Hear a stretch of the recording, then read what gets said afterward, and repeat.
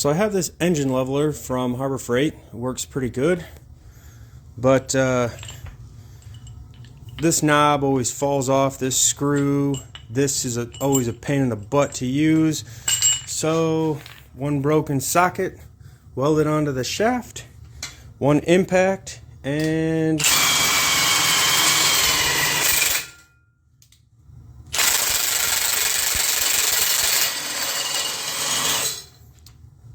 yeah, that is a lot quicker.